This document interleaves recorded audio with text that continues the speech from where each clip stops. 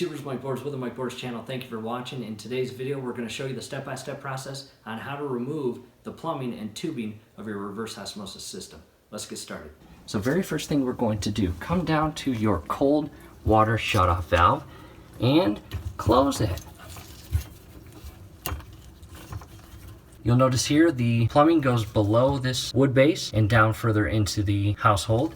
And just above this shutoff valve is where we've cut all cold water. And what we're going to do now, come up top and turn the cold water on and let it all drain out. We're also going to grab a pitcher and drain out 100% of our RO water. Let it all drain. You want 100% of that lower tank to be empty prior to disconnecting. Making progress, YouTubers. At this point, we just have a drip out of the faucet, and if you're curious, we did 3 pint glasses. I drank an entire one, so 4 total, the pitcher full and a water bottle full. Down below, the first thing I'm going to do is remove the yellow line connecting to the top point of our tank.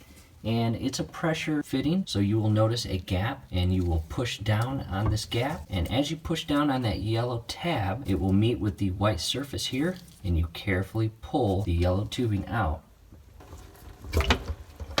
And it may leak just a little bit of water, and that's normal. At this point, I have removed the tank, and the tank will be pretty light because it is completely empty of water. I've got a towel down to catch any additional water that comes out of that yellow tubing. Next, you'll gain access to the back portion of your case where the filters go into. I'm going to remove the yellow tubing, the green tubing. I'm also going to remove the blue tubing and the red tubing from these connection points. Making progress, all the tubing is removed, and again, these fittings or connection points, they're very friendly. Just be careful, push in and pull the tubing out. From here, I've got long hoses, both blue and red, and I'm going to maneuver them behind all the plumbing and back to the right portion, because directly up on the right side is our faucet.